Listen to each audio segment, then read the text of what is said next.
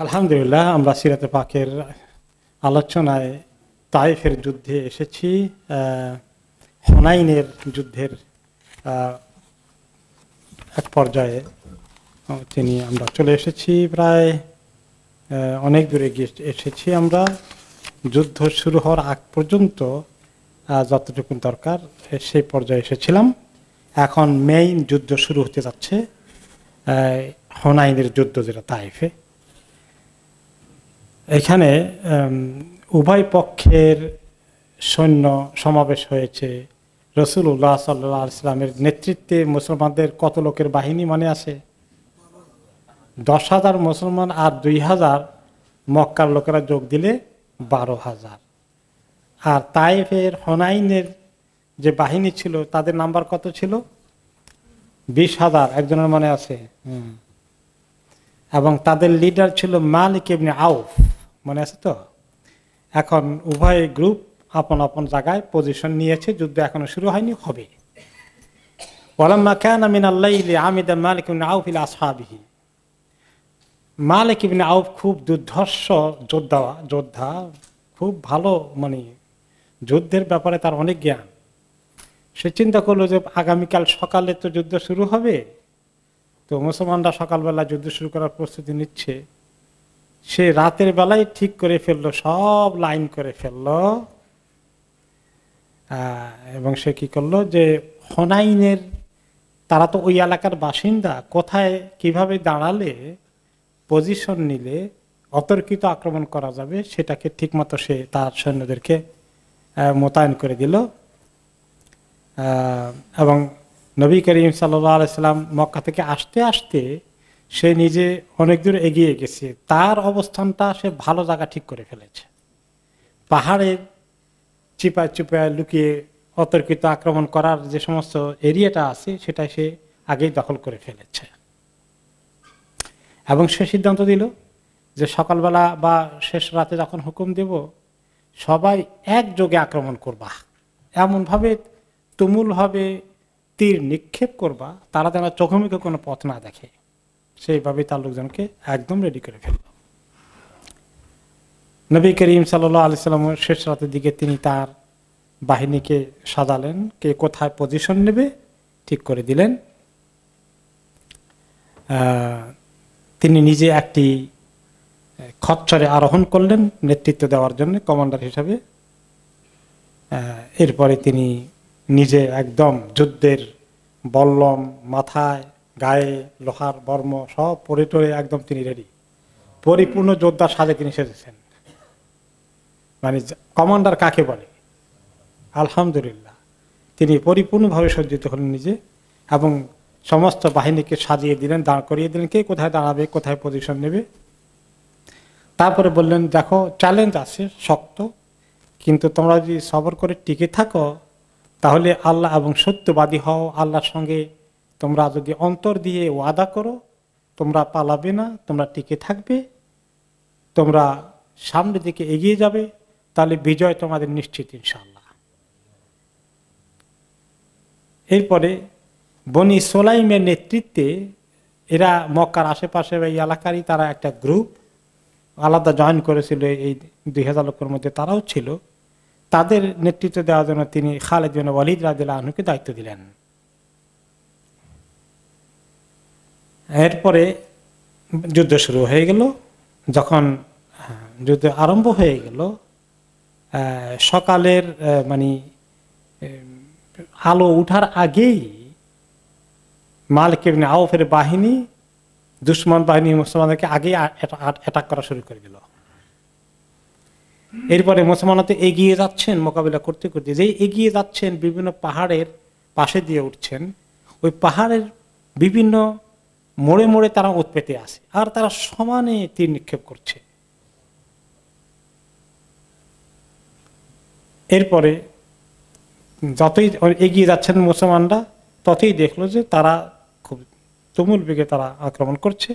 খালিদ ইবনে ওয়ালিদ রাদিয়াল্লাহু আনহু তিনি নিজে অগ্রসর হয়ে গেলেন, কিন্তু এক পর্যায়ে তিনি আহত হয়ে গেলেন। এত বড় বীর যোদ্ধা আহত হয়ে গেলেন। এরপরে উনি যাই আহত হয়ে পড়লেন, উনি যে গ্রুপ লিড করছিলেন বনু সুলাইমের, নতুন মুসলমান বা আরব দেশের কিছু যারা অমুসলিম ছিল, এই 2000 মধ্যে প্রচুর এখনো ইসলাম কবুল করে নেই, তাদেরকেও তিনি সঙ্গে নিয়ে গেছেন। তারা যখন দেখলো তাদের লিডার খালিদ বিন ওয়ালিদ আহত হয়ে গেছে, তারা সবে রণে ভঙ্গ দিল। এরা শুরু করে দিল পিছনে হটা, পালানো, সামনের দিকে না গিয়ে পিছনে হটা শুরু করে দিল। তাদের দেখা দেখিতে এখন অন্য মুসলমানদের বাহিনীর ভিতরে বাকিরাও দেখলো যে আল্লাহ, আমাদের লোকজন তো সব পিছনে চলে যাচ্ছে, আমরা সামনে গিয়ে কি করব। অনেকেই পিছনে দিকে হটা শুরু করে দিল। এবং বারা ইবনে আযিব রাদিয়াল্লাহু তাআলা বলেন যে আমরা টিকবো কেমনে, তাদের এত দুর্ধর্ষ তীরন্দাজ, তাদের তীরের বর্ষণের মোকাবেলায় মনে হয় না আমরা কিছুতেই টিকতে পারছি না, এবং তাদের তীরগুলো মানে তারা ঠিকই আঘাত করছে, এটা মানে বিফল হচ্ছে না, তাদের টার্গেট মিস হচ্ছে না। এখন মুসলমানরা পিছু হটা শুরু করে দিয়েছে অনেকে, আর ওরা তীব্র বেগে আক্রমণ শুরু করে দিয়েছে। আবু সুফিয়ান এখন তো নও মুসলিম, তিনিও আসছেন। তিনি নিজে এবং তার সঙ্গে আরেকজন মক্কার কাফেরদের লিডার সফওয়ান ইবনে উমাইয়া, হাকিম ইবনে হিজাম, এইভাবে মক্কার কিছু লোকেরা তারা প্রথম দিকে জয়েন করেনি, এমনি আসছে সাথে, ঠিক আছে সময় মতো তারা জয়েন করবে আর কি। তারা একটা সেফ সাইডে, একটা উঁচু টিলার এই পাশের দিকে তারা অবজার্ভ করতেছে পরিস্থিতি কোন দিকে যায়, পাল্লা কোন দিকে ভারী হয়। এখনো কেবল তো এই কয়েকদিন আগে মুসলিম হয়েছে, মক্কা বিজয়ের পরে ইসলামটা ইমানটা এত ভালো করে ঢোকেনি। তারা দেখছে যদি দেখা যায় মুসলমানদের বিজয় হয়, তাহলে পিছন দিক থেকে তারা ওনারা যোগ দিবেন, আর যদি দেখা যায় পিছু হটে তাহলে ওনারা আগে থেকে সেফে আছেন, এই চিন্তা করছে। লিমান ইয়াকুন নাসর, কাদের বিজয় হয় দেখি আগে। এই অবস্থায় আবু সুফিয়ান এখন মন্তব্য করছেন, আবু সুফিয়ান নিজে, লা তানতাহি হাজিমাতুহুম দুনাল বাহর, আজকে মুসলমানদের পরাজয় এখানে থামবে না, ওদেরকে সাগরে নিয়ে থামাবে আজকে মনে হয় যেন। সাগর তো জেদ্দার পাশে, আজকে তাদের বোধহয় বিজয় পরাজয় অবশ্যম্ভাবী, সাগর পর্যন্ত তাদেরকে যেতে হবে আজকে। এরপরে তার কথা শুনে আরেকজন তাল দিল, সে ছিল সফওয়ান ইবনে উমাইয়ার সৎ ভাই, সেও মানে ওই তালে কথা বলছে। সে বলছে যে আল্লাহ বাতালা সেহরুল ইয়াউম, আজকে মোহাম্মদের সেহের জাদুটা যা করছে সব বাতিল হয়ে গেল, মনে হলো মোহাম্মদের সেহের আর টিকবে না। তো সাফওয়ান ইসলাম কবুল না করলেও সে আবার একটু জ্ঞানী বুদ্ধিমান মানুষ, তার এই কথাটা মোটেই পছন্দ হয়নি। তার দিল ইসলামের ব্যাপারে অনেকটা ঝুঁকেছে, কিন্তু এখনো সে ইসলাম কবুল করেনি। তো সেই কথা শুনে তার ওই সৎ ভাইকে ধমক দিয়ে বললো, উসকুত ফাদ্দাল্লাহু ফাকা, চুপ করো, তুমি কথা বলো না, তোমার মুখকে আল্লাহ বন্ধ করুক। ফাদ্দাল্লাহু মানে হলো যে, ফাদ্দা মানে যার মুখের দাঁত তার সব পড়ে যায়, যে তোমার মুখকে আল্লাহ হালাক করুক, তুমি এই কথা কেন বলতে গিয়েছো, এই কথা সে পছন্দ করেনি মন্তব্যটা। এটা তার একটা ভালো মানসিকতার লক্ষণ ছিল সাফওয়ানের। তারপর সাফওয়ান মন্তব্য করলেন, ফাওয়াল্লাহি লা আন ইয়ারুবানি রাজুল মিন কুরাইশ আহাব্বু ইলাইয়া মিন আন ইয়ারুবানি রাজুল মিন হাওয়াজিন। শোনো, আমার কোরাইশে, মুহাম্মদ তো কোরাইশের মানুষ শেষ পর্যন্ত, আমাদের নিজস্ব কবিলার মানুষ। আমি যদি এখন মুসলিম না, আমরা এখনো কাফের রয়ে গেছি, তো মুহাম্মদ বিজয় লাভ করলে তো কোরাইশের একজনের নেতৃত্ব আমরা পেলাম, সেটা আমার কাছে অনেক উত্তম যে হাওয়াজেন কবিলার এদের নেতৃত্ব আমি মেনে নেব। সে তার নিজস্ব কিছু দর্শন ফিলোসফির আলোকে কথা বলল, তবুও সেটা মন্দের ভালো তার সৎ ভাই তুলনায়। সবাই যখন পেছনের দিকে হচ্ছে, সাহাবীদের ভিতরে পালনের একটা হেরিক চলে গেল, ওই মক্কার মুসলিমরা দেখালো অথবা কাফেরগণ, এবারে মুসলমানদের ভিতরে এটা ব্যাপক প্রভাব পড়লো। টিকার মতো পরিস্থিতি না দেখে সবাই পিছনের দিকে রওনা করছে।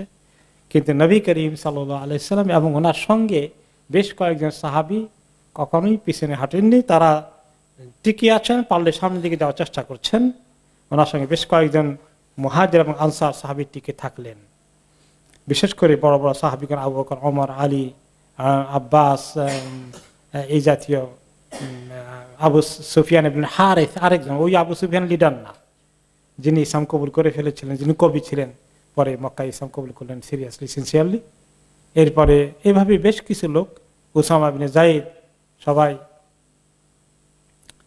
তো সবার পেছন দিকে যাওয়া দেখে নবী করিম সাল্লাল্লাহু আলাইহি সাল্লাম বললেন, আওয়াজ দিলেন, ইলাইয়া আইয়ুহান নাস, হে লোকেরা কোথায় যাচ্ছ? আমার কাছে আসো, এদিকে আসো। হালুম্মা ইলাইয়া আনা রাসূলুল্লাহ, আমি তো আল্লাহর রাসূল, তোমরা কোন দিকে যাচ্ছ? আনা মুহাম্মদ ইবনে আব্দুল্লাহ, আমি তো আব্দুল্লাহর সন্তান মুহাম্মদ, তোমরা কোথায় চলে যাচ্ছ? লাকিন লাম ইয়ালতাফিত মিনহুম আহাদ, যারা পালিয়ে যাচ্ছে তারা পেছন দিকে তাকালো না। কতজন টিকে ছিলেন? এই বিভিন্ন রেওয়ায়েত, দুইটা রেওয়ায়েত পাওয়া যায়। কোন কোন রেওয়ায়েতে আসে যে 100-র কাছাকাছি, আর কোন কোন রেওয়ায়েতে আসে 80 জন। কোথায় 10,000 টিকলো কত? 100 জন বা 80 জন।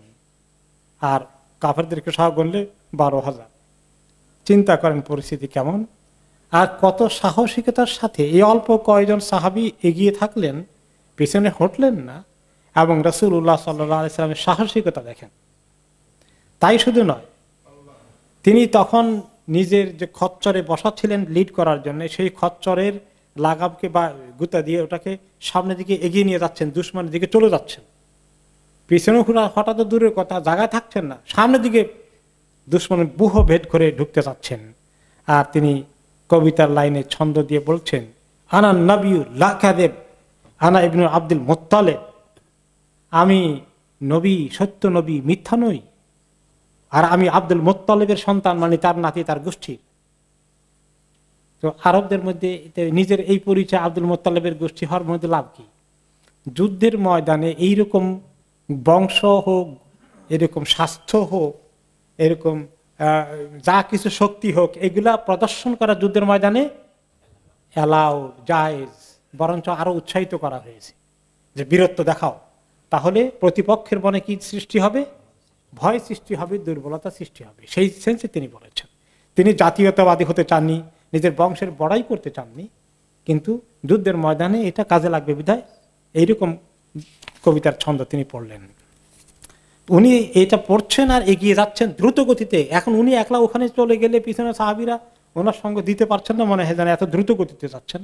সাহাবীরা আশঙ্কায় পড়ে গেলেন, উনি তো গিয়ে সবাই 1 নম্বরে টার্গেট হয়ে যাবে, ওনাকে যদি মেরে ফেলে।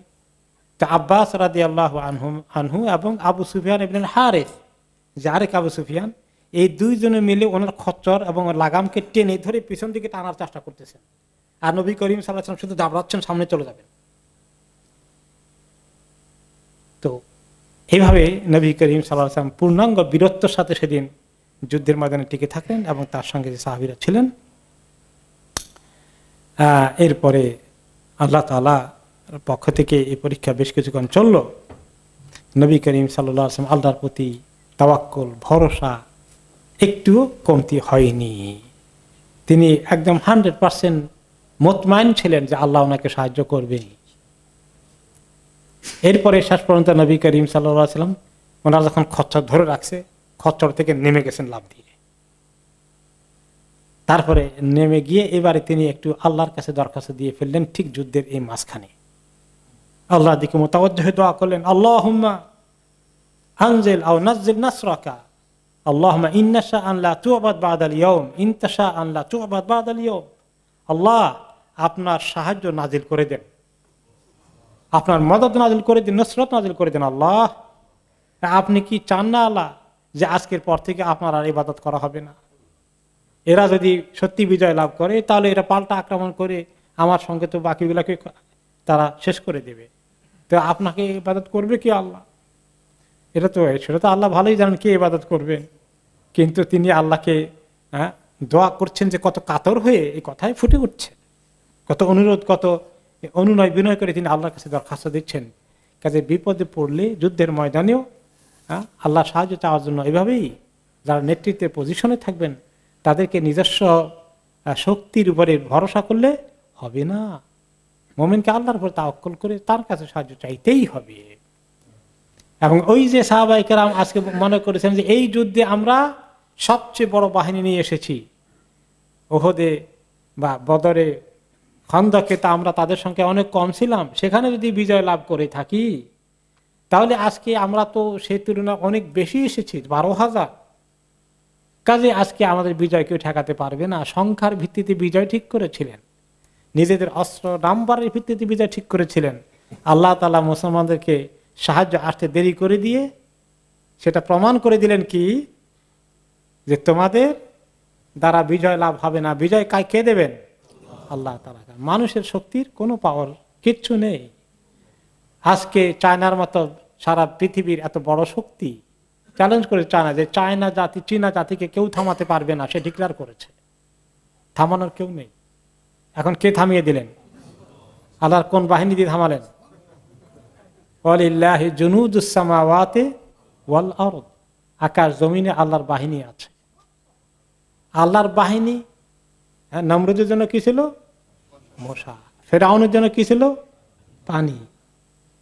তো কাজে এই জামানায় আল্লাহর বাহিনী কত যে আছে, আকাশ জমিনে কত রকমের বাহিনী আল্লাহ তাআলার আছে।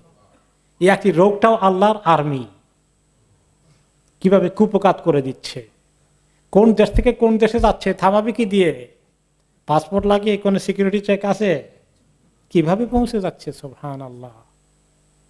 তাই মুসলমানদের একটু দুর্বলতা হয়ে গিয়েছিল তাইফের ময়দানে, সংখ্যার উপরে খুব কনফিডেন্স এসে গিয়েছিল। আল্লাহ তাআলা দেখিয়ে দিলেন। নবী করিম সাল্লাল্লাহু আলাইহি সাল্লাম তারপরে আবার দোয়া শেষ করে আবার কন্টিনিউ করলেন। এই 80 জন 100 জন ফাইট করতেছেন এত বড় বাহিনীর সাথে। তারপরে সাহাবায়ে কেরাম বলেন যে আমরা শেষ পর্যন্ত নবী করিম সাল্লাল্লাহু আলাইহি ওয়াসাল্লাম বীরত্বে আমরা এগিয়ে গিয়ে আবার ওনার পিছনে চলে আসি, ওনাকে সামনে দিয়ে ওনার পাশে থাকি, যে ওনার বীরত্বে আমরা নিজেরা থাকার চেষ্টা করেছি। তারপরে তিনি তখন বলেছিলেন যে এখন এই সময় এসে গেছে। তারপরে তিনি আরেকটি দোয়া করলেন, আল্লাহুম্মা বিকা উহাউইলু ওয়া বিকা উসাউইলু ওয়া বিকা উকাতিলু, যে আল্লাহ আপনার দ্বারাই আমি আপনার মাধ্যমেই আপনাকে নিয়েই আমি কোনো উপায় উপকরণের কোনো কিছুর উসিলা জোগাড় করি। আপনাকে ছাড়া আমার কোনো উপায় উপকরণ, কোনো কোনো উসিলা কিছু নাই। ওয়া বিকা উসাউইলু, আল্লাহ আপনাকে নিয়েই আমি তীব্র বেগে আক্রমণ করি, আপনাকে সাথে নিয়ে। আল্লাহ আপনি সাথে না থাকলে আমার কিচ্ছু করার থাকবে না। ওয়া বিকা উকাতিলু, আল্লাহ আপনাকে সঙ্গে নিয়েই আমি লড়াই করছি। এই হলো তাওয়াক্কুল, এই হলো ঈমান। এই ঈমান আর তাওয়াক্কুল দিয়ে মুসলমানদেরকে আল্লাহ বিজয় দিবেন, শুধুমাত্র অস্ত্র দিয়ে নয়। যদিও অস্ত্র রাখবে, আল্লাহ তাআলা বলেছেন ওয়াইদু লাহুম মাসতাতা'তুম মিন কুওয়া ওয়া মিন রিবাতিল খাইর, তোমরা তোমাদের দুশমনদের মোকাবিলা করার জন্য সবসময় প্রস্তুতি নাও, যতটুকু প্রস্তুতি নিতে পারো অস্ত্র শস্ত্র ঘোড়া বা বাহন দিয়ে তোমরা থাকবে। এটা একটা উসিলা মাত্র। কিন্তু মুসলমানদের আসল আমান নাসরু ইল্লা মিন ইনদিল্লাহ, সাহায্য একমাত্র আল্লাহর কাছ থেকে আসবে। এটাই হলো ঈমান এবং ইয়াকিন।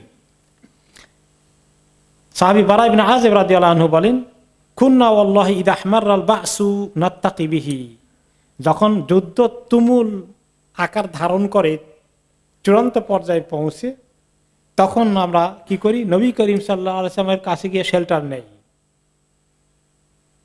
ওয়া ইন্না শুজা আমিন আল্লাযী ইউহাদি বিহি ইয়ান নবী সাল্লাল্লাহু আলাইহি ওয়াসাল্লাম, আমাদের মধ্যে ওই লোকটাই বীর যে নবী করিম সাল্লাল্লাহু আলাইহি ওয়াসাল্লামের একদম পাশে দুশমনের মোকাবিলা থাকে, একমাত্র তিনি এটাকে অর্জন করেছেন।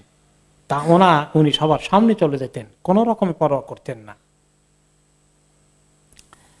তারপরে তিনি আবার আলী রাদিয়াল্লাহু আনহু বলেন সিমিলার কথাটা, কুনা ইদা আহমার আল বাস, যুদ্ধ তখন তীব্র বেগে শুরু হয়ে যেত, তুঙ্গে পৌঁছে যেত, লাকিয়াল কওমুল কওম, উভয় পক্ষ যখন এক পক্ষ আরেক পক্ষের মোকাবিলা শুরু করে দিত, ইত্তাকাইনা বিরাসূলিল্লাহি সাল্লাল্লাহু আলাইহি ওয়াসাল্লাম ফামা ইয়াকুনু মিন্না আহাদুন আদনা ইলাল কওমি মিনহু, আমরা ওনার পাশে গিয়ে ওনার কাছে আশ্রয় নিতাম। দুশমনের সামনে যেতে ওনার থেকে আর আগে কেউ যেতে পারতো না, আর সামনে কেউ পৌঁছতে পারতো না। এই যুদ্ধ চলছে, এই যুদ্ধের ভিতরে এখন আরেকটি কাণ্ড, এক লোক টার্গেট নিয়েছে নবী করিম সাল্লাল্লাহু আলাইহি ওয়াসাল্লামকে, সে অতর্কিত হামলা করে হত্যা করবে। ওনার বাহিনীর ভিতরে আছে এই লোক, তার নাম হচ্ছে সাইবা ইবনে ওসমান। এই লোকটা, তার পিতা ওসমান বদর যুদ্ধে কাফেরদের পক্ষ হয়ে গিয়েছিল এবং সেখানে সে মারা গিয়েছে। সাইবা তার ছেলে। সে মক্কাবাসীদের সঙ্গে এসেছে যারা নবী করিম সাল্লাল্লাহু আলাইহি সাল্লাম যাদেরকে সাথে এনেছেন, অমুসলিম হওয়া সত্ত্বেও সাথে এনেছিলেন, সে তাদের মধ্যে ছিল। সে প্ল্যান করে এসেছে যে আমি এই জার্নিতে যখন কোনো মওকা পেয়ে যাব আমি মুহাম্মদকে শেষ করে দেব, এই প্ল্যান করে সে এসেছে। এবং সে তখন মনে মনে প্ল্যান নিচ্ছে। পরে এগুলো সে নিজে বলেছে, আল ইয়াউমা উদরিকু সারি মিন মুহাম্মদ, আজকেই আমি সুযোগ নেব মুহাম্মদ থেকে আমার পিতার হত্যার প্রতিশোধ নিতে। অন্য রেওয়ায়েতে আসছে যে সে মক্কাবাসীদের সঙ্গে যে কয়জন এসেছিল অমুসলিম থাকা সত্ত্বেও যুদ্ধ করতে, সে আসছিল, তার পুরো প্ল্যানই ছিল শুরু থেকে যে সে আসলে আসবে ওনাকে হত্যা করার জন্যে। এখন যখন যুদ্ধ শুরু হয়ে গেছে, উনি যুদ্ধ নিয়ে ব্যস্ত আছেন, সামনে এগিয়ে যাচ্ছেন, সে চিন্তা করলো যে this is my right time. Okay, তো এখন সে আসলো ওনার ডান পাশে, দিয়ে এই ডান দিক থেকে ওনাকে আক্রমণ করবে। দেখলেন যে ওনার ডান পাশে আছে আব্বাস ইবনে আব্দুল মুত্তালিব, ডান পাশে আছেন, তিনি ছাড়ছেন না। চাচা আব্দুল মুত্তালিব ওনার পাশে আছেন, আব্বাস ইবনে আব্দুল মুত্তালিব। তো সে ওই দিক থেকে ডান দিক থেকে এসে চিন্তা করলো আম্মুহু ওয়ালান ইয়াখুদুলাহু, তার চাচা কিছুতেই ভাতিজাকে ছাড়বে না, আমাকে অ্যালাউ করবে না, সে পাহারা দিবে এদিক থেকে কেউ আসে কিনা, এদিকে দিয়ে সুবিধা করতে পারবো না। সুমা জাআহু আন ইয়াসারি, তখন পেছন দিক থেকে আবার সে বাম সাইডে চলে গেল যে ওই দিক থেকে অ্যাটাক করা যায় কিনা। ওই দিক থেকে দেখা গেল আবু সুফিয়ান ইবনুল হারিস, ওই যে আরেক আবু সুফিয়ান, সে সিনসিয়ারলি ইসলাম কবুল করেছেন, তিনি ওই পাশে আছে। উনি আবার নবী করিম সাল্লাল্লাহু আলাইহি ওয়াসাল্লাম আরেক চাচা হন, তিনি আরেক চাচা, আব্দুল মুত্তালিবের ছেলে, বা আব্দুল মুত্তালিবের মানে ওনার চাচাতো ভাই আর কি, চাচাতো বাবার চাচাতো ভাই, চাচা। তখন বললো যে ফাকালা ইবনু আম্মিহি ওয়ালান ইয়াখদুলাহু, ওকে, যে বা ওনার ওনার ওনার ভাতিজা হন, আসলে ভাতিজা। তবে যে তার ভাতিজা, সেও মুহাম্মদকে আমার হাতে ছেড়ে দেবে না, বোঝা গেল। বাম দিক থেকে সুবিধা করতে পারবে না, ওইদিকে আব্বাস, এদিকে আবু সুফিয়ান ইবনুল হারিস। বললো যে তাহলে কি করি, পেছন দিয়ে যাই, পেছন দিক থেকে অ্যাটাক করি। পেছন দিক থেকে আসলো, পেছন দিক থেকে তার জন্য চান্স খুলে গেল অলমোস্ট। সে দেখলো যে পিছনে কেউ খেয়াল করছে না, তখন যে সে অ্যাটাক করবে, এই সময় তার সামনে চলে আসলো বিশাল এক আগুনের গোলা, এতে তাকে এটা জ্বালিয়ে ফেলবে এই মুহূর্তে।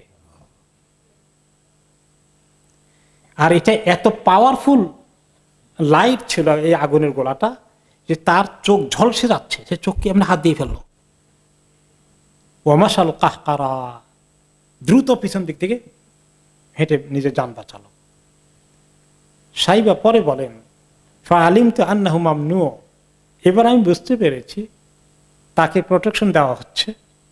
ইট is impossible to kill him, তাকে হত্যা করা যাবে না। Something is protecting him. নবী করিম সাল্লাল্লাহু আলাইহি সাল্লাম ইতিমধ্যে টের পেয়ে গেছেন। তিনি পিছনে তাকালেন, তাকিয়ে বলেন ইয়া সাহেব, ইয়া সাহেব। সাইবাহ কে সাহেব বলে ডাকলেন, মানে একটু সংক্ষিপ্ত করে ডাকলেন। ওই জন্য মেনে এদিকে আমার কাছে আসো। তো সে কাছে গেল, তো নবী করিম সাল্লাল্লাহু আলাইহি সাল্লাম তার বুকটার মধ্যে হাত মালিশ করে দিলেন। তারপরে বলেন আল্লাহুম্মা আযহিব আনহু শাইতান, আল্লাহ তার শয়তানটাকে সরিয়ে নিয়ে যান। শয়তান আছে না কারিন, তার কারিন তাকে আরো পাম্প করছে, উৎসাহিত করছে ওনাকে হত্যা করার জন্য, যে আল্লাহ তার শয়তানটা সরিয়ে নিয়ে যান। সাইবা বলে যে তারপরে আমি ফারাফাতু ইলাইহি বাসারি, এরপরে আমি যখন তিনি আমার বুকে হাত দিয়ে আমনি করে মালিশ করে দিলেন আর এই দোয়া করলেন, তার আমি চোখ খুললাম, আমি ওনার দিকে তাকালাম। ওয়ালাহু আহাব্বু ইলাইয়া মিন সামি ওয়া বাসারি নাফসি, সুবহানাল্লাহ। তিনি আমার কাছে আমার নিজের কান, চোখ, নাক আমার নিজের থেকে আরো বেশি মহব্বতের হয়ে গেলেন তাৎক্ষণিকভাবে ওই মুহূর্তে। এত ভালোবাসা ওনার প্রতি আমার এখন সৃষ্টি হয়ে গেল অন্তরের মধ্যে, এত মহব্বত এসে গেল। ওয়া আযহাবাল্লাহু মা কানা ফি, আমার অন্তরে যা কিছু ছিল সব চলে গেল, সব নাপাকি দূরীভূত হয়ে গেল। আর ওই মুহূর্তে রাসূলুল্লাহ সাল্লাল্লাহু আলাইহি ওয়াসাল্লাম আমাকে বললেন, ইয়া শাইব কাতিল কুফার, শাইব যাও এখন এই কাফেরদের সঙ্গে লড়াই করে, যাও তো যাও। এখন সে মুজাহিদ হয়ে গেল। তো শাইবা তখন বলেন, ফাকাদ তাকাদ্দামতু আমামাহু, যে আমি ওনার সামনে চলে গেলাম, গিয়ে সামনের দিকে দুশমনের মোকাবিলা করছি। আদরিবু বিসাইফি আল্লাহু ইয়ালামু আন্নী উহিব্বু আন আকিয়াহু বিনাফসি, আমি ওনার সামনে থেকে লড়াই করছি, কোন দুশমন আসলে তাকে অ্যাটাক করছি। আল্লাহ ভালো করে জানেন যে আমি এখন নবী করিম সাল্লাল্লাহু আলাইহি ওয়াসাল্লামকে হেফাজত করার জন্য তার সামনে গিয়ে দাঁড়িয়েছি। সুবহানাল্লাহ, আল্লাহ কি না করতে পারে, তাই না? আল্লাহুম্মা ইয়া মুকাল্লিবাল কুলুব সাব্বিত কুলুবানা আলা দীনিক। সুবহানাল্লাহ, কি চেঞ্জ। তারপরে বলে, ওয়ালা লাকিতু তিলকা সাআতা আবি লাউ কানা হাইয়ান লা আওকাতু বিহি সাইফ, আমার ঈমান এত মজবুত হয়ে গেল, আমি যদি আমার সামনে আমার পিতাকে পেতাম, যে আল্লাহ নবীর বিরুদ্ধে যুদ্ধ করতে এসেছে, পেলে পিতাকে তখন আমি হত্যা করতে আর আমার দ্বিধাদ্বন্দ্ব হতো না। ফাজালতু আলজামু রাসূলুল্লাহ সাল্লাল্লাহু আলাইহি ওয়াসাল্লাম, এরপর থেকে আমি আর ওনাকে ছাড়িনি, ওনার সঙ্গেই থেকেছি বরাবর। এরপরে আল্লাহ তাআলা নবী করিম সাল্লাল্লাহু আলাইহি ওয়াসাল্লাম তো দোয়া করলেন যে আল্লাহ আপনি আনজিল আন-নাসর, আপনি সাহায্য নাজিল করেন। আল্লাহ তাআলা সাহায্য নাজিল হয়ে গেল, এবং এই অল্প কয়জনই যখন ঘুরে দাঁড়ালেন, পিছনের দিকে যারা ছিল সাহাবীরা তারাও দেখলো যে ঘুরে দাঁড়িয়েছে মুসলমানরা, যারা পালিয়ে যাচ্ছিলেন তারাও এগিয়ে আসলেন। নবী করিম সাল্লাল্লাহু আলাইহি ওয়াসাল্লাম যখন ডাক দিয়েছিলেন, সেই কথা আসতেছে। তো মুসলমানরা মুশরিকরা পরাজিত হয়ে গেল, যখন নবী করিম সাল্লাল্লাহু আলাইহি ওয়াসাল্লাম ক্যাম্পে গেলেন, এখানে এই সাইবের কথাটা আবার আসছে, সেই প্রসঙ্গে এই জন্য একটু অ্যাডভান্স কথা আসতেছে। তো সাইব বলতেছেন, বা সাইবা, যখন মুশরিকরা পরাজিত হয়ে গিয়েছিল, নবী করিম সাল্লাল্লাহু আলাইহি ওয়াসাল্লাম নিজের টেন্টে ক্যাম্পে ফেরত আসছিলেন এবং ওনার তাঁবুতে ঢুকলেন। ওই সময় সাইবা ওনার ক্যাম্পে ঢুকলেন, হুব্বান লিরুইয়াতি ওয়াজহিহি সাল্লাল্লাহু আলাইহি ওয়াসাল্লাম সুরুরান বিহি, ঢুকলেন যে যুদ্ধের ময়দানে ভালো করে দেখতে পারিনি, ওনাকে দেখার জন্য অস্থির হয়ে গেলেন, ওনাকে ভালো করে দেখবেন একটু। ওনার ক্যাম্পে ঢুকলেন, এত যে খুশি হয়ে গেলেন।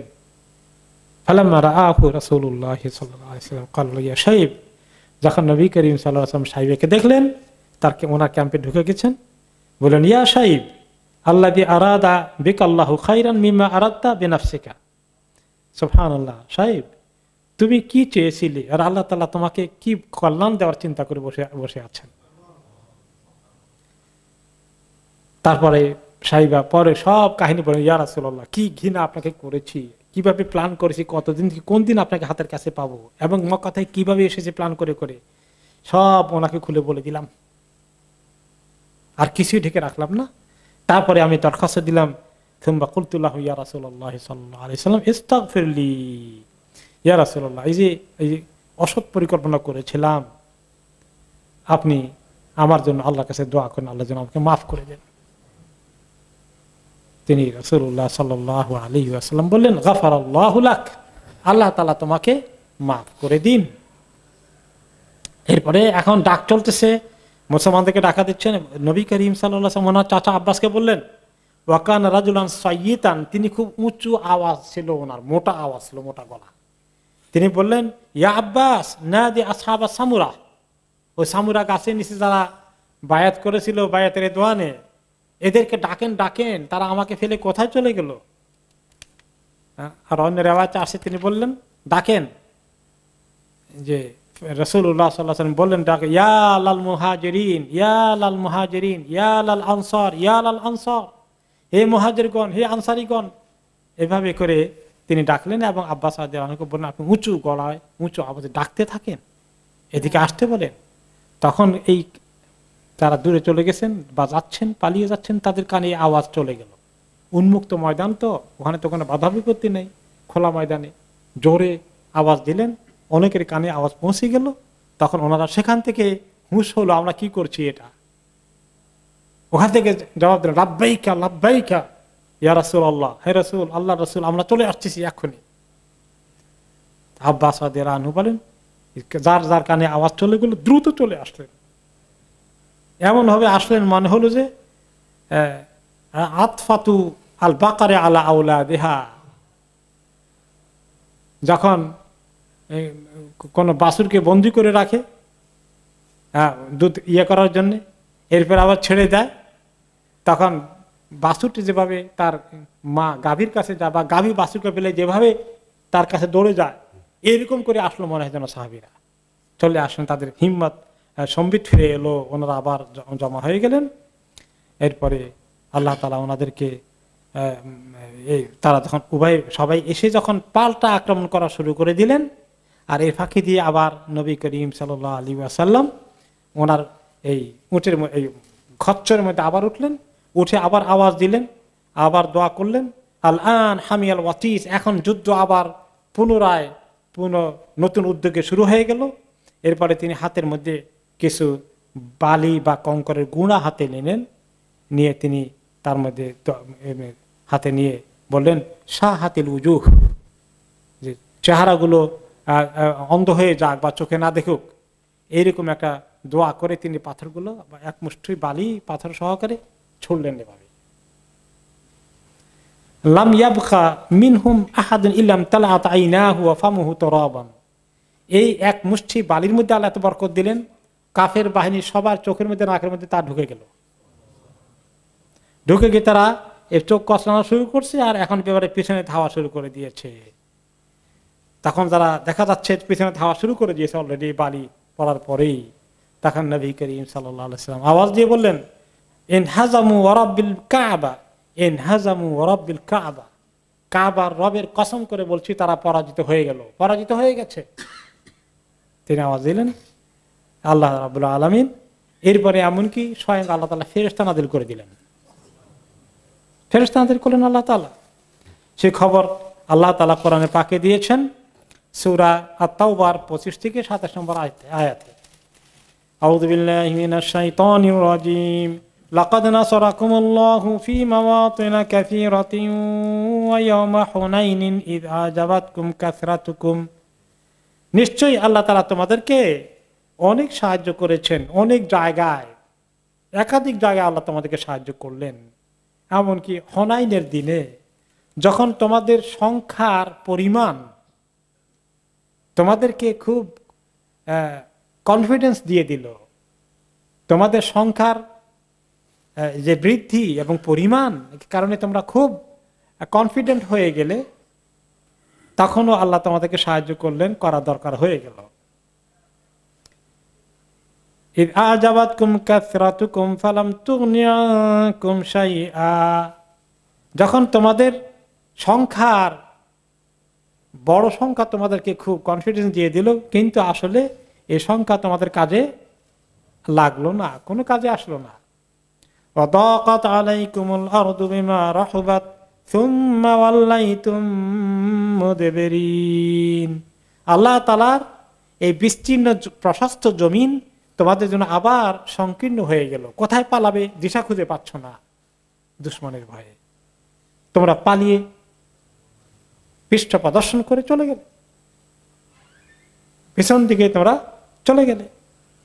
অতঃপর কি হলো, সুম্মা আনজালাল্লাহু সাকিনাতাহু আলা রাসূলিহি ওয়া আলাল মুমিনিন, অথচ তখনই আল্লাহ তাআলা আবার নাযিল করলেন তার পক্ষ থেকে শান্তি বা প্রশান্তি তার রাসূলের উপরে এবং মুমিনদের উপরে, যারা টিকে ছিলেন 80 জন 100 জন।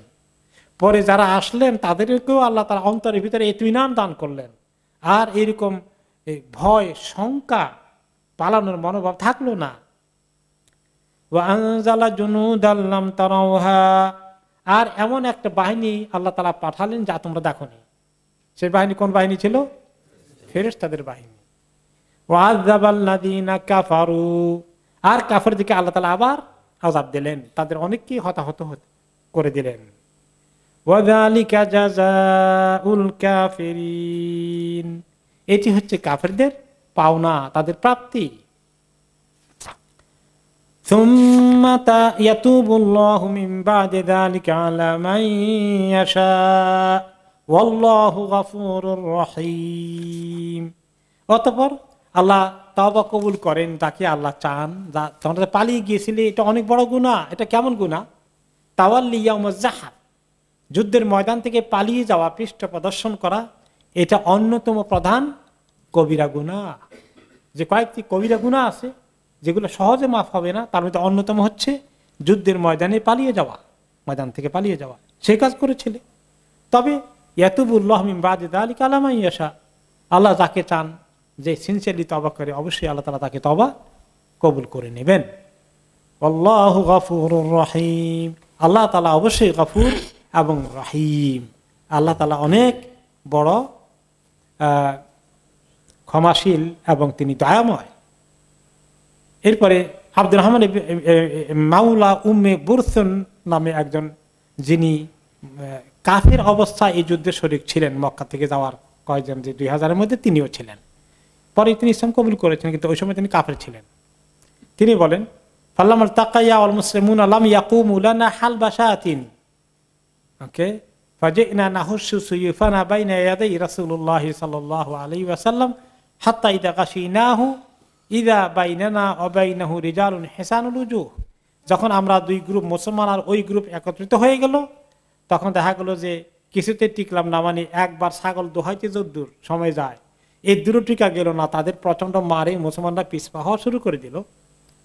এরপরে আমরা যখন আবার আমাদের হুঁশ ফেরত আসলো, তিনি ডাক দিলেন, আবার যখন আসলাম, ওকে, যে আমরা এবার তাদের পেছনে ধাওয়া করব, আমরা দেখতে পেলাম যে আমাদের সামনে আর ওই গ্রুপের সামনে মাঝখানে খুব সুন্দর চেহারার বেশ লোকজন দেখা গেল।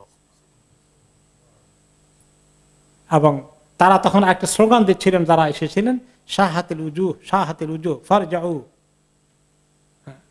তোমরা তোমাদের চেহারাগুলো এখন অন্ধ হয়ে যাবে, তোমরা ফেরত যাও, আমরা পরাজিত হয়ে গেলাম। ও বোঝা গেল তিনি এসেছিলেন আসলে কাফেরদের পক্ষ থেকে, এই যে তায়েফবাসী হুনাইনের পক্ষে তিনি ছিলেন। তিনি বললেন যে আমরা যখন তাদের এদের মাঝখানে আমরা তো তাদেরকে ধাওয়া করলাম, তারা টিকলো না, এক নিমিষে চলে যাচ্ছে, কিন্তু কিছুক্ষণ পরে দেখি যে কিছু লোক দুই গ্রুপের মাঝখানে চলে আসলো এবং তাদের সুন্দর চেহারা, সুদর্শন নুরানি, এবং তারা স্লোগান দিচ্ছে শাহাতিল উজু, পরাজিত হয়ে যাও, যাও তোমরা পরাজিত। তখন পরে বুঝেছেন এরা হচ্ছেন ফেরেশতা। আর কোন কোন সময় সাহাবীরা শুনেছেন, পরে তাদের ছেলে মেয়েদেরকে বলেছেন যে আমরা শুনেছিলাম ওখানে ওই মুহূর্তে যখন আমরা পালিয়ে গিয়ে এসেছিলাম, পরে আবার গেলাম, নবী করিম সাল্লাল্লাহু আলাইহি ওয়াসাল্লাম ডাক দিলেন, তিনি দোয়া করছিলেন এবং শাহাতিল উজু বলছিলেন। এই সময় দেখলাম যে আমাদের সামনে কেন জানি আকাশ জমিনের মাঝখানে ঘন্টা ধ্বনির মতো আওয়াজ হয়, টং টং টং টং টং টং করে আওয়াজ হচ্ছে। আর মনে হয় যেন লোহার উপরে লোহা রাখলে যেরকম ঝনঝন ঝনঝন করে আওয়াজ হয়, এরকম আওয়াজ হচ্ছিল। আর এগুলো আসলে ফেরেশতাদের আসার আওয়াজ, তাদের উপস্থিতির আওয়াজ। ফাহাজামাহুমুল্লাহ, আল্লাহ তাআলা তাদেরকে পরাজিত করে দিলেন। ফেরেশতারা এসেছিলেন, কিন্তু ফেরেশতারা এখানে লড়াই করেননি। ফেরেশতারা শুধু একটি যুদ্ধে লড়াই করেছেন, সেই যুদ্ধটার নাম কি? বদরের যুদ্ধে। বাকি অন্যান্য যুদ্ধে ফেরেশতারা অনেক সময় এসেছেন, শুধুমাত্র এসেছেন মুসলমানদেরকে উৎসাহিত করার জন্য আর কাফেরদেরকে ভয় দেখানোর জন্য, তাদের মধ্যে ভীতি সঞ্চার করতে তারা এসেছেন। এবং তাদের উপস্থিতি এটা অনেক কাজ করেছে নিশ্চয়ই, তাদের উপস্থিতি itself was a big help. হ্যাঁ, কিন্তু ওনারা সরাসরি সেখানে লড়াই করেনি, একমাত্র বদরের যুদ্ধ করেছেন। তো এখনো পৃথিবীতে কোনো জায়গায় যদি সত্যিকার অর্থে ইসলামের দুশমনরা ইসলামকে নস্যাৎ করতে আসে, আল্লাহ তাআলা এভাবে ফেরেশতা পাঠিয়ে আল্লাহ তাআলা সাহায্য করবেন। এরপরে নবী করিম সাল্লাল্লাহু আলাইহি ওয়াসাল্লাম কাফেররা যে পরাজিত হয়ে এবারে পেছনে ধাওয়া শুরু করে দিয়েছে, তিনি বললেন যে তোমরা তাদেরকে পেছনে ধাওয়া করো আর তাদেরকে ছেড়ে দিও না, তারা আবার জমায়েত হবে, হয়ে আবার তারা ঘুরে দাঁড়াবে। তিনি বলে দিলেন, মান কাতালা কাফিরান ফালাহু সালাবুহু, যে কোনো কাফেরকে যে হত্যা করবে তার সঙ্গে যত সম্পদ আছে এগুলো সে তাকে এমনি দিয়ে দেওয়া হবে, হত্যাকারীকে দেওয়া হবে। উৎসাহিত করলেন। আবু তালহা আল আনসারী রাদিয়াল্লাহু আনহু বলেন, আমি ধাওয়া করে একলাই 20 জনকে হত্যা করেছিলাম। এমনকি মহিলা সাহাবী ছিলেন একজন উম্মে সুলাইম রাদিয়াল্লাহু আনহা, তিনি হচ্ছেন আনাস ইবনে মালিকের মা এবং সাহাবী আবু তালহা আল আনসারী রাদিয়াল্লাহু আনহুর স্ত্রী। তিনি তার স্বামীর সঙ্গে যুদ্ধে এখানে এসেছিলেন এবং উনি কোনখান দিয়ে আবার নিজের কাপড় চোপড়ের উপরে দিয়ে এরকম করে বেঁধে তরবারি একটা এখানে ঢুকাই রাখছেন, ধারালো বড় এক ছোরা। তো না স্বামী ওটা দেখলেন, তো তার স্বামী দেখে বললেন ইয়া, তিনি বলে এটা কি জন্য তুমি এটা কেন আনছো? তিনি দৌড়ে গিয়ে ওনার নবী করিম সাল্লাল্লাহু আলাইহি ওয়াসাল্লামকে বললেন, ইয়া রাসূলুল্লাহ, দেখছেন হাদি উম্মু সুলাইম আমার স্ত্রী, মা হা খিনজারুন, দেখছেন তার সাথে সেই বিরাট এক তরবারি এখানে ঢুকেছে। তো নবী করিম সাল্লাল্লাহু আলাইহি ওয়াসাল্লাম বলেন, মা হাদাল খিনজার, এই তরবারি কি, এটা ঘটনা কি জন্য নিছে এটা? ক্বালাত ইত্তাখাযতুহু ইনদানা মিন্নি আহাদুন মিনাল মুশরিকিনা বাকারতু বিহি বাতানা, যে আমি এটা সাথে রাখছি, কিছু মহিলাকে তিনি নিয়েছিলেন যুদ্ধ করার জন্য নয়, কি জন্য নিয়েছিলেন?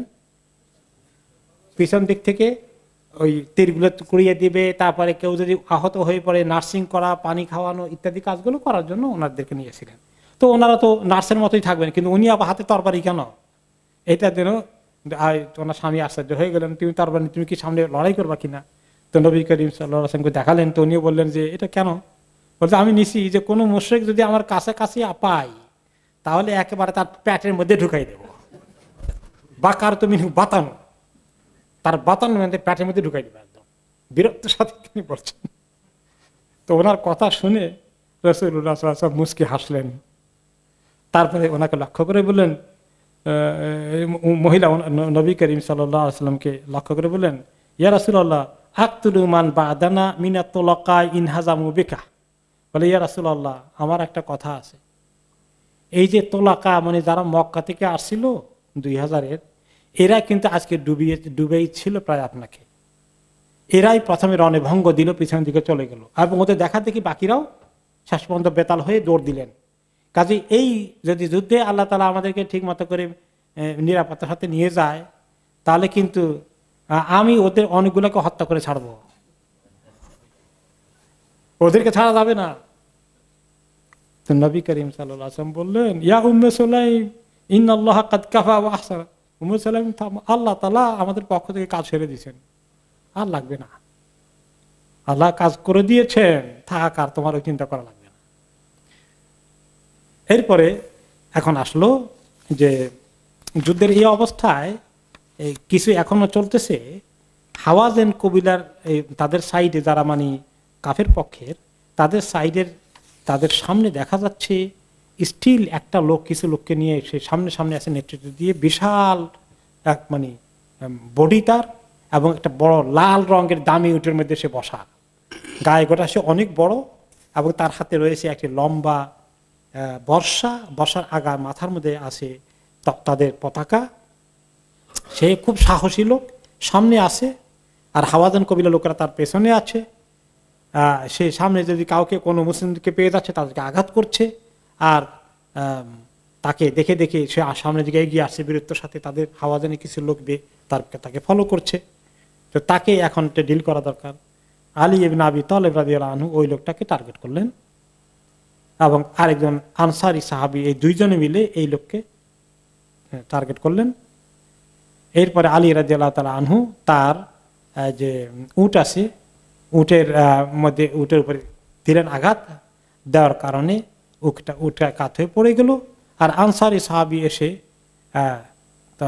তাকে মোটামুটি তাকে হত্যা করে ফেলল, এবং এই হত্যার মাধ্যমে মোটামুটি তাদের পরাজয়টা নিশ্চিত হয়ে গেল, আর তারা সামনে এগোনোর চেষ্টা করলো না।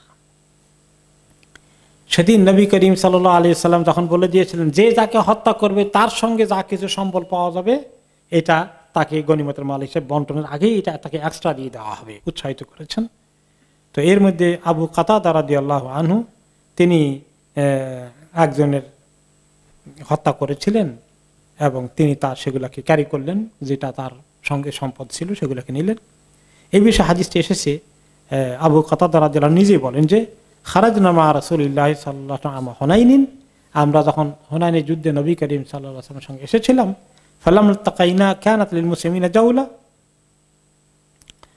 আমরা যখন যুদ্ধে নেমে গেলাম এবং যখন মুসলমানদের জন্য আল্লাহ তাআলা বিজয় দিয়ে দিলেন, ফারাআইতু রাজুলাম মিনাল মুশরিকিন কাদ আলা রাজুলাম মিনাল মুসলিমিন, আমি দেখতে পেলাম যে একটা মুশরিক একজন মুসলমানকে মাটিতে শোয়াইয়া তার উপরে সওয়ার হয়ে গেছে, মানে তাকে এখন হত্যা করবে। ফাস্তাদারতু ইলাইহি হাত্তা আতাইতু মিন ওরাহি, আমি পিছনের দিক থেকে এসে তাকে তার গর্দানের মধ্যে দিলাম আঘাত একটা জোরে, দুশমনকে। সে একজন মুসলমানকে মাটিতে শুয়ে তার উপরে এখন তাকে হত্যা করবে, আমি দৌড়ে এসে ওই কাফেরের গর্দানে মারলাম। তো তখনও সে মরে যায় নাই, কিন্তু তাকে এখানে চোট লেগেছে জোরে। এখন সে কি করলো, ওকে ছেড়ে দিয়ে আমাকে এমন ভাবে জড়িয়ে ধরলো, এবং ওই জড়িয়ে ধরার কারণে আমি সেখানে মৃত্যুর গন্ধ পেয়ে গেলাম। এখন মৃত্যুর গন্ধ বলতে এটা দুটো অর্থ হতে পারে, যে সেই লোকের মৃত্যু মনে হয় অবস্থা হয়ে গেছে, অথবা যে সে এভাবে আমাকে এত শক্ত করে ধরেছে যে আমি এখন মৃত্যুর গন্ধ পাচ্ছি, মানে আমি এখন মরেই যাব তার, সে এইভাবে ধরেছে। তার ধরা এমন ধরেছে আমি ছুটতে পারছি না। তারপরে দেখলাম যে আমাকে ছেড়ে দিয়েছে, তার মানে তার মৌত এসে গেছে, তার সেই আমার এই আঘাতে তার মৃত্যু হয়ে গেল, আমাকে ছেড়ে দিল। অথবা আমি খালাস। তারপর ওমর ইবনে খাত্তাব রাদিয়াল্লাহু তাআলা আনহুর কাছে বললাম, ফাকাল মা লিন-নাস কুলতু আমরুল্লাহ আযজা ওয়া জাল সুম্মা ইন্নান নাস রাজাউ। তখন আমি ওমর রাদিয়াল্লাহু আনহুকে বললাম, ওমর কি হলো আজকে, আমাদের লোকদের খবর কি, কেন তারা পিছন দিকে গিয়েছিল কেন? তার মানে ইনি সামনের দিকে ছিলেন, উনি পিছনে যান নাই। যে কয়েকজন 70-80 জনের মধ্যে 80-100 জনের মধ্যে তিনিও ছিলেন, ওমর রাদিয়াল্লাহু আনহু তাই ছিলেন। কি ব্যাপার, লোকদের কি অবস্থা হলো আজকে? তখন তিনি ওমর রাদিয়াল্লাহু আনহু জবাব দিলেন, যা আল্লাহর হুকুম, ইন্নান নাসা রাজাউ, তবে এখন লোকেরা অলরেডি আবার ফেরত আসছে, যা যেটা আবার হয়ে গেছে। নবী করিম সাল্লাল্লাহু আলাইহি সাল্লাম তখন বলে দিয়েছিলেন, মান কাতালা কাতিলান লাহু আলাইহি বাইয়িনাতুন ফালাহু সালাবুহু, যে ব্যক্তি কোনো লোককে হত্যা করবে কাফের পক্ষের, তার সঙ্গে থাকা সম্পদের সেই মালিক হয়ে যাবে। তো ফাকুমতু, তখন আমি তো এই লোককে হত্যা করেছিলাম, তা আমি তার সেটার মালিক হওয়ার কথা, তার কাছে যে দামি জিনিস আছে। এখন আবার নবী করিম সাল্লাল্লাহু আলাইহি ওয়াসাল্লাম বলছেন যে এটা প্রমাণ দেখাইতে হবে যে সেই তাকে হত্যা করেছে। তা না হলে যদি 2-3 জনে ক্লেম করে যে আমি হত্যা করেছি, তার তো মুশকিল। কিছু লোকে তো দুর্বল ঈমান আছে, এই কাম করতেও পারে। তো এখন ওনার জন্য আমি বললাম, মানি আসাদুল্লাহ, আমাকে কে সাক্ষী দেবে যে আমি তাকে হত্যা করেছি? কেউ সাক্ষী দিল না। তারপরে দ্বিতীয়বার আবার বললাম, সাক্ষী দিল না। তৃতীয়বার ফাকুলতু মানি আসাদুলি, ওকে, থুম্মা ক্বালা যালিকা সালিসা ফাকুমতু, তখন আমি উঠে দাঁড়ালাম। ফাকাল মা লাকা ইয়া আবু কাতাদা, যে আবু কাতাদা তোমার কি ঘটনা, কি যে তুমি তো একটা লোককেও পেলা না তোমাকে পক্ষে সাক্ষী দিতে? তা আমি ওনাকে পুরো কাহিনী বললাম, ইয়া রাসূলুল্লাহ আমি তো এই কাজ করেছি, আমি সাক্ষী পাওয়া গেল না। তখন ফাকালা রাজুলুম মিনাল কওম, একজন লোক তখন সেখান থেকে উঠে বললেন, সাদাকা ইয়া রাসূলুল্লাহ, সে ঠিকই বলেছে ইয়া আল্লাহর রাসূল, এই কাজ সেই করেছে। সালাবু যালিকাল কাতিল ইনদি, কিন্তু তার ওই মূল্যবান সম্পদগুলো আসলে আমি নিয়ে আসছিলাম। তো ফারদিহি মিন হাক্কিহি, ওকে, তো ইয়া আল্লাহ, ইয়া রাসূলুল্লাহ, আপনি তাকে, আমি যেহেতু নিয়ে নিছি, তাকে একটু খুশি করে দেন আপনি, সেই জন্য আমাকে মাফ করে দেয়, আমার কাছে এটা রেখে দেয়। ওকে, فقال أبو بكر الصديق لا ها الله إذا لا يعمد إلى أسد من أسد الله يقاتل عن الله وعن رسوله فيعطيك سلبه। তখন আবু বকর রাদিয়াল্লাহু আনহু জবাব দিলেন, এই খবরদার, এই কাজ কখনো হবে না। একজন বাঘের মতো এগিয়ে গিয়েছে, সিংহের মতো ভূমিকা পালন করেছে এমন একটি মুহূর্তে, আর সেটা এখন তুমি বলে দাও আল্লাহ রাসূল সুপারিশ করে দেখ, সে ছেড়ে দেখ, তুমি এটা দখল করেছো, এটা তুমি নিয়ে নেবা, পেয়ে যাবা, এটা কখনো হয় না, কিছুতেই এটা হতে পারে না। আবু বকর রাদিয়াল্লাহু আনহুর শক্ত কথার পরে নবী করিম সাল্লাল্লাহু আলাইহি ওয়াসাল্লাম অর্ডার দিলেন ওই লোকটাকে, সাদাকা ফাআতিহি ইয়া, ঠিকই বলেছে আবু বকর, তুমি তার ওটা তাকে দিয়ে দাও, এটা তার প্রাপ্য। তো এভাবেই এই মোটামুটি গেল। এখানে আমরা এখন যেটা আসবো, যে ফাইনাল একটা হাদিস নিয়ে আজকে আমরা শেষ করব, সেটা হচ্ছে সালামা ইবনুল আকওয়ার বীরত্ব। সেদিন তিনি যুদ্ধের ময়দানে সাংঘাতিক বীরত্বের ভূমিকা পালন করেছিলেন। তিনি বললেন, যখন আমরা হাওয়াজেনের সঙ্গে মোকাবিলা করছিলাম তাইফে হুনাইনে, ফাবাইনা নাহনু নাতাদাহা মা রাসূলিল্লাহি সাল্লাল্লাহু আলাইহি ওয়াসাল্লাম ইয জাআ রাজুলুন আলা জামালিন আহমার। যে আমরা যখন খাবার দাবার করছিলাম একটুখানি, নবী করিম সাল্লাল্লাহু আলাইহি ওয়াসাল্লামের সাথে বসে লাল উটে করে একটা লোক আসলো, ফাআনাখাহু, উটটাকে সে থামালো, সুমান তাজা তালাকান মিন হাকিবিহি ফাকাইয়াদা বিহিল জামাল, অথবা নিজের একটি রশি বের করে তার ব্যাগ থেকে উটটাকে বাঁধলো, সুমা তাকাদ্দামা ইয়াতাকাদ্দামা আল কওম ওয়া জাআলা ইয়ানদুরু, এবং সে নেমে আসলো এবং খাওয়া দাওয়া করলো বাকি লোকদের সঙ্গে, আর দেখছে কি জানি দেখে তাকিয়ে তাকিয়ে।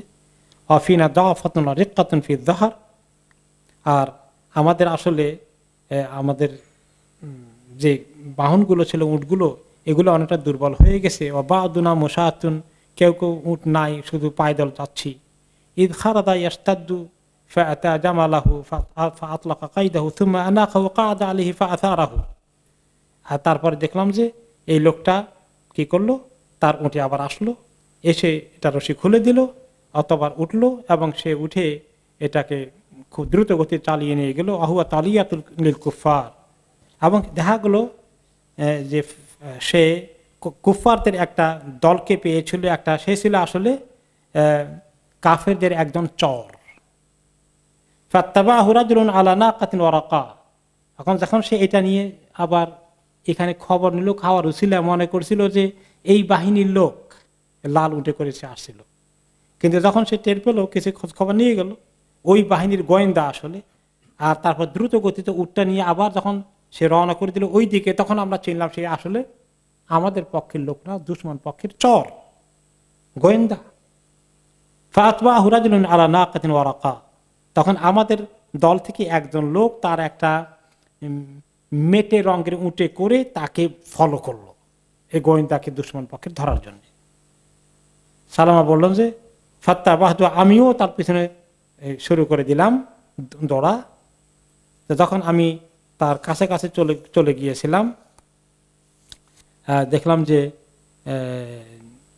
আমি তাকে কাছাকাছি চলে গিয়েছি, তারপরে আমার তার উট ধরে টান দিলাম, তখন সে পড়ে গেল। এরপরে তার মাথায় আমি আঘাত করলাম।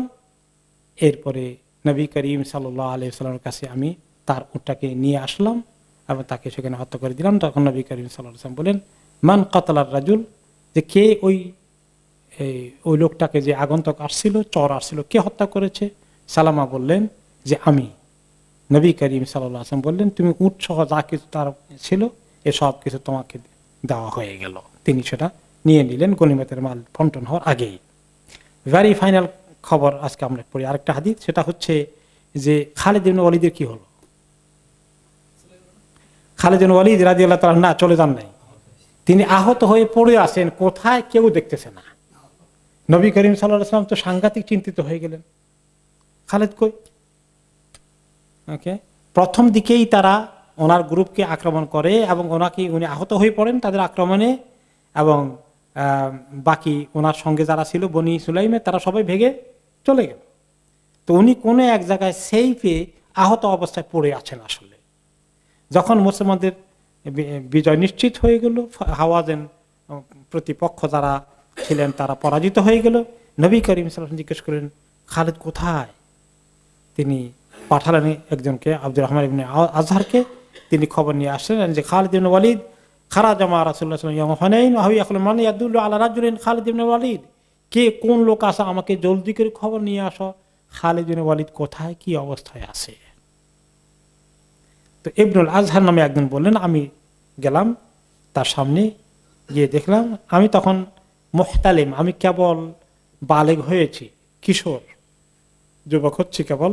আমি বললাম এই কথা শুনে, মান ইয়াদুল্লু আলা রাজুলিন খালিদ ইবনে ওয়ালিদ, আমি বের হয়ে গেলাম, জিজ্ঞেস করলাম কে চিনে, সবাইকে জিজ্ঞেস করতেছি পুরো এলাকার মধ্যে খালিদ ইবনে ওয়ালিদের এই জায়গা কোথায়, কে চিনো।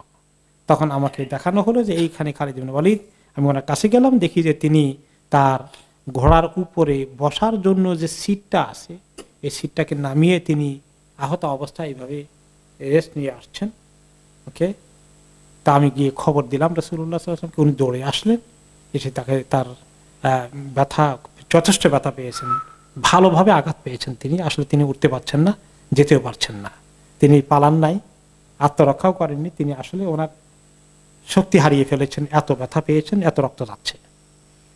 তো নবী করিম সাল্লাল্লাহু আলাইহি ওয়াসাল্লাম আসলেন, এসে তিনি ওনাকে ব্যথার জায়গাটা দেখলেন, দেখে তিনি নাফাতা ফিহি রাসূলুল্লাহ সাল্লাল্লাহু আলাইহি ওয়াসাল্লাম, ওখানে তিনি ফু দিলেন। কিছু পরে তিনি ফু দিলেন, ফু দেওয়ার পরে আলহামদুলিল্লাহ উনি একটু ভালো ফিল করলেন। এরপরে মুসলমানরা সবাই তখন আবার এখনো তাদের পিছনে ধাওয়া করার চেষ্টা করছে, যে তারা এখনো পালিয়ে যাচ্ছে, যদ্দূর পরে মুসলমানরা এগিয়ে যাচ্ছে তাদের পিছনে। আর ওই সময়ে ওই যে কাফেরদের মধ্যে থেকে যারা 2000 এসেছিলেন মক্কা থেকে, তারা এবারে যখন দেখলো যে আল্লাহর বিজয় এবার আসলেই নাজিল হয়ে গেছে, মুসলমানরা বিজয় লাভ করছেন, কাফেররা পরাজিত হয়ে গেছে, এখন এদের অনেকে এবার দলে দলে ইসলাম কবুল করছে, এখন তাদের একিন হয়েছে। তো আল্লাহ তাআলা সেই কথা বলেন যে এইভাবে আলহামদুলিল্লাহ আল্লাহ তাআলা সাহায্য এসেছিল, সেই সাহায্যই তোমাদেরকে বিজয় দিয়েছিল। তোমরা যে বড় বাহিনীর ব্যাপারে তোমাদের আত্মবিশ্বাস ছিল, সেটা তোমাদের চুরমার হয়ে গেল। এরপরে এই যুদ্ধ এখানে থেমে যায়নি, পরবর্তী পর্যায়ে আরো যুদ্ধ হয়েছে তাইফে।